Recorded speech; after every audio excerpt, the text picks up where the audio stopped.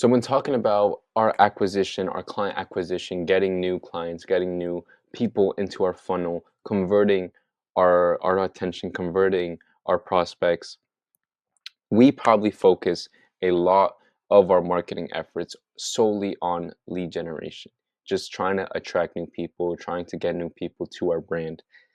Because after all, lead generation is what brings in new prospects to our content, to our website, to our high ticket offer. And essentially, without lead generation, we wouldn't have a business. We just wouldn't. But generating leads shouldn't be our sole focus if we want to build sustainable growth.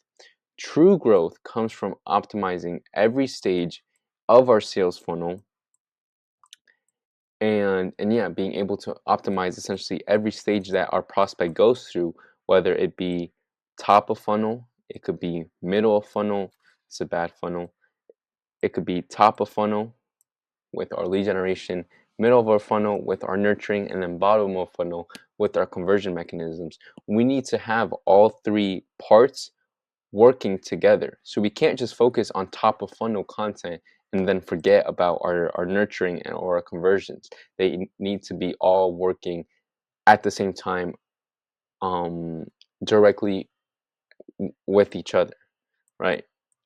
So we are about to break down why focusing your time, energy, and money on customer acquisition versus lead generation is the key to building sustainable, profitable growth for your business and brand. So my name is Andrew, and I help content creators market and sell their digital products, their info products, their services, their coaching programs, all things of that nature. So if you are a content creator, I hope this video helps you bring some value to your brand, and let me know down below what other content you guys want from me. And yeah, so we're about to break down why focusing your time, energy, and money on customer acquisition. Let's get into it. So lead generation and client acquisition are related but distinct processes. So lead generation involves identifying and attracting potential customers or leads who have shown interest in our products and services, while client acquisition refers to the broader process of converting those leads into actual paying clients. So essentially, lead generation is just this part right here, just this top of funnel part where it's okay, our inputs, our acquisition channels, the way we're actually getting our attention could be either through paid ads, organic traffic, or outreach traffic, right? All essentially driving down to our high value. So this is our lead generation. Our client acquisition is then taking this lead generation, being able to nurture it, and then being able to convert it and essentially close it for a high ticket, right? So so it's all essentially client acquisition, but inside that process, we have lead generation at the top of funnel, where the goal is to turn prospects into satisfied customers through various nurturing and conversion strategies, right? So to understand our client acquisition as a whole, so the purpose of converting prospects to actual clients, we need to understand how we even attract the prospects to our brand in the first place. So just how there are many outreach strategies, closing systems, sales funnels, there are also different lead generation strategies and tactics that you can implement into your brand, all with the same goal of getting new leads. So what we're going to be talking about today and what I use for my content and for my content creators that I work with is inbound lead generation and content marketing, right? So content marketing is essentially how you present your content to market or sell your service product, pretty self-explanatory. But we can use content marketing to attract attention, maintain attention, and then be able to convert that attention, right? So essentially, these are our inputs and our leverage, right? We can use our content marketing and leverage our media to generate more outputs to get more results from our efforts and strategies. So when I talk about leverage, we in business we usually have these four types of leverage: media leverage, labor leverage, capital, and then code leverage.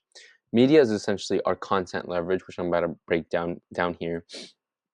Our labor leverage is usually, can we pay someone to do some of the work for us? So this could be like editing videos. That takes a lot of time, energy. Maybe it takes you 2 hours of your time to edit a video, and you have to edit 4 videos, right? What you can do is then you can labor leverage and hire someone to edit those videos for you. So now you're saving on time, on energy, and now you can focus on other aspects of your business. Similar to capital is just investing into your business, having a larger capital, investing with money. And then code is just having, for example, go high level would be a code leverage, because go high level essentially is for funnel builders. It builds you funnels, it has email marketing, has all that fun stuff in there. So you can actually use that to save on time, save on energy, save on other business stuff, right? And then media leverage, as we're going to talk about today, is essentially what we get as a result from our our media. So from our inputs, essentially our media leverage is our inputs, our content, right? What we're putting into our brand, we're able to leverage that and create massive outputs. So for example, from one video, one YouTube video, we can then reach, let's say, $100,000 people. I mean, not $100,000, 100,000 people. Maybe from one video we reach 100 views, right? We reach 100 people. We reach 500. We reach 100, 10,000, 100,000. So this is how we can start building that content leverage. Just from one piece of content, we're able to have this massive reach. So if media and our content is our greatest points of leverage, our greatest system for lead generation, wouldn't it make sense to maximize our media inputs and be able to create valuable content for our market, essentially content marketing? And then this is where we need to build a good content strategy that we can consistently deliver value. So when talking about content creation, this is something that I found from 1000x Leads. Shout out Matthew Larson. You can check out his YouTube. He provides crazy value for lead generation and just all that. So definitely, if you are a content creator, go check him out for lead generation. But I kind of stole this from him. He showed it me in one of his videos, and I've been using it ever since. And this is what I use with my other content creators. It completely changed my strategies. So what he does is essentially break your niche into subcategories, and then take your niche and then name them by like content pillars, right? So these subcategories are going to be our market and what they need to know or pay attention to. So um our content pillars are going to be as so. So this is what I made. So essentially, this is my, like, each pillar is like this, boom, boom, and then each pillar has specific content that I need to go over. Things that my market, the people I want to reach, need to pay attention to. So maybe I have content for client acquisition, lead generation, like this video. I also have videos for sales funnels and conversion, right? I also have videos for content creation and personal branding. So these are all things that I see that in my market I need to provide value for. So essentially, you just break it up into columns, into these content pillars.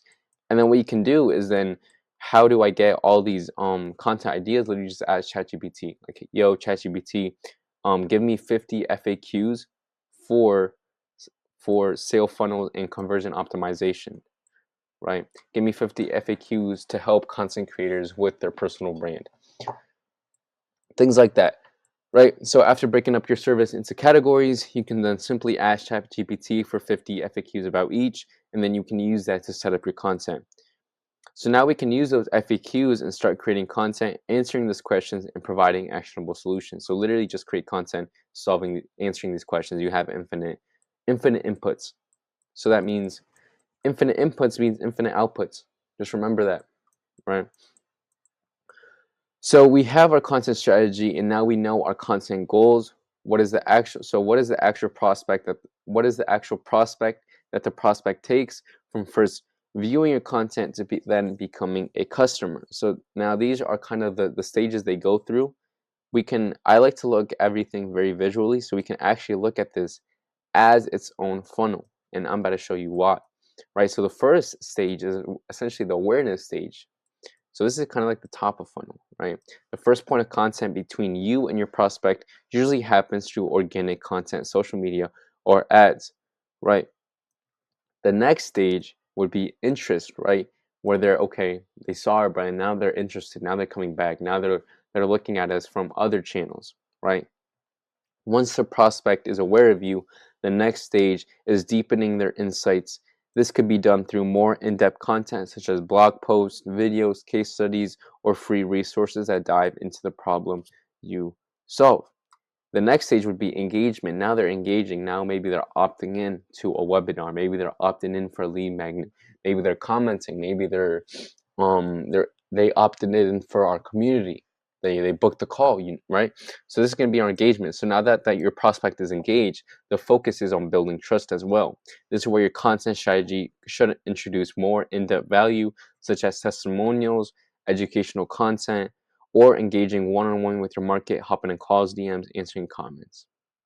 And then lastly, it's the conversion stage, where essentially the prospect is ready to make a purchasing decision, and your content should emphasize why your offer is the right choice. So essentially, it's just closing them. But then we see that same process up here, right? Awareness stage is the first point of content. This is going to be our inputs. Then our interest stage is once the prospect is aware, the next stage is deepening their interest, right? So this is going to be through our high value engagement, right?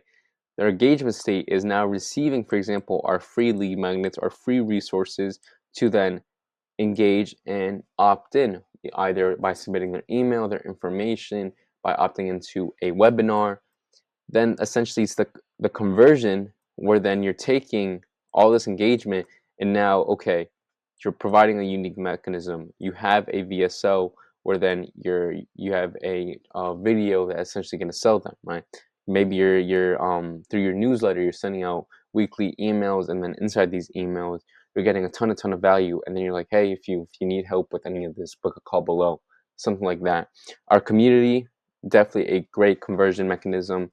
We can get people in there and then nurture them and essentially just build that for them, and then we can use our own testimonials and cycle those out.